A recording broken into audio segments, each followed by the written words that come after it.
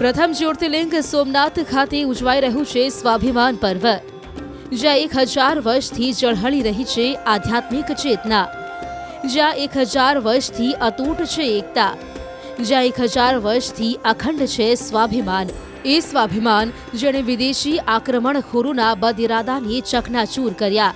એ સ્વાભિમાન જેણે અધર્મ સામે આસ્થાની તાકાતનો પરિચય કરાવ્યો. એ સ્વાભિમાન જેણે હિન્દુત્વના શૌર્યનો પરચો આપ્યો. સોમનાથના ભવ્ય અને દિવ્ય ઇતિહાસને ઉજાગર કરવા 8 થી 11 જાન્યુઆરી સુધી સ્વાભિમાન પર્વની ઉજવણી કરવામાં આવી રહી છે. આ પર્વમાં ખુદ પ્રધાનમંત્રી નરેન્દ્ર મોદી 10 જાન્યુઆરીએ સોમનાથ મહાદેવના દર્શન કરશે.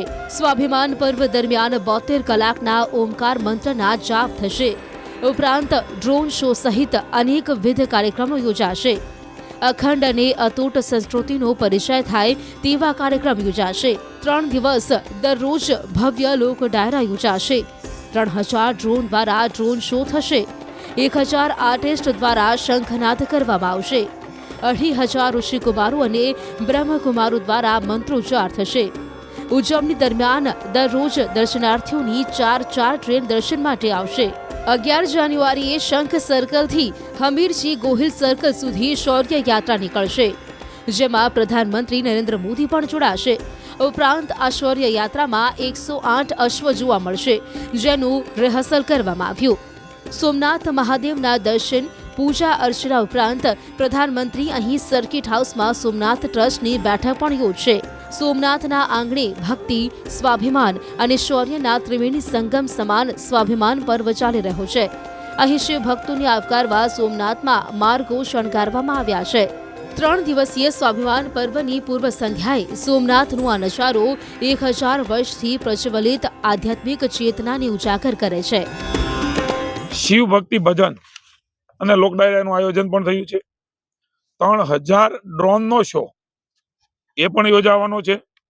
1000 આર્ટિસ્ટ, 500 બહાર અને 500 અંદર શંખનાદ થવાનો છે. 2500 જેટલા ઋષિકુમારો, બ્રહ્મદેવતાઓ દ્વારા મંત્રોચ્ચાર થવાનો છે.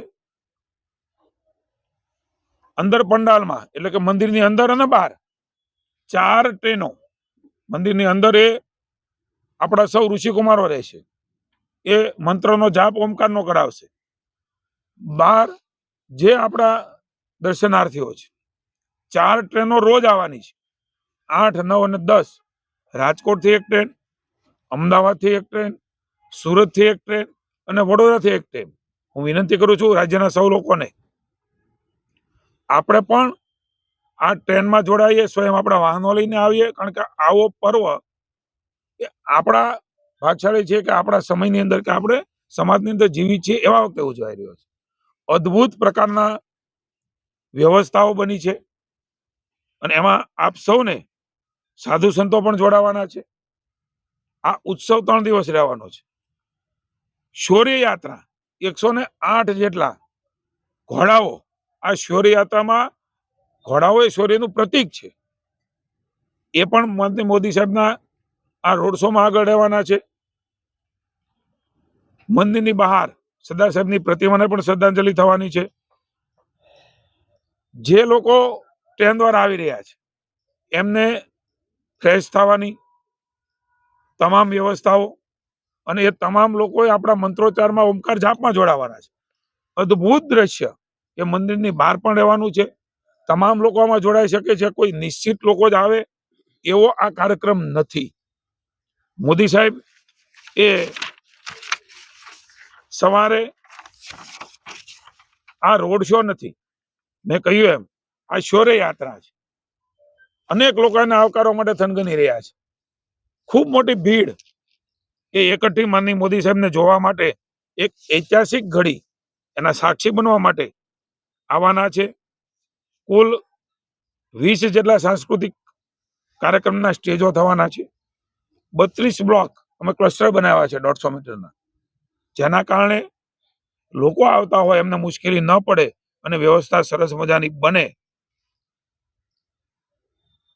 હમીરજી સર્કલ ખાતે આ શૌર્ય યાત્રા એ સમાપ્ત થશે અને શંખ સર્કલ છે ત્યાંથી શરૂ થવાની છે.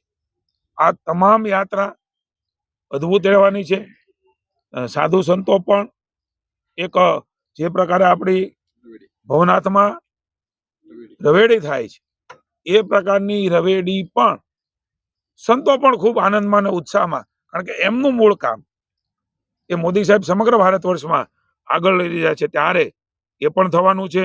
અભિવાદન ઝીલવા માટે હજારોની સંખ્યામાં એ લોકો જોડાવાના છે.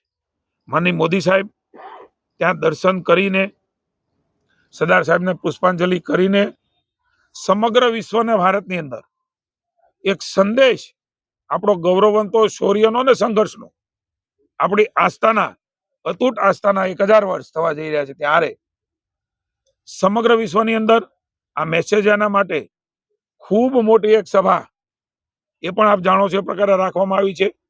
સૌરાષ્ટ્રના ખૂબ બધા જિલ્લાઓમાંથી એ સભામાં લોકો આવવાના છે.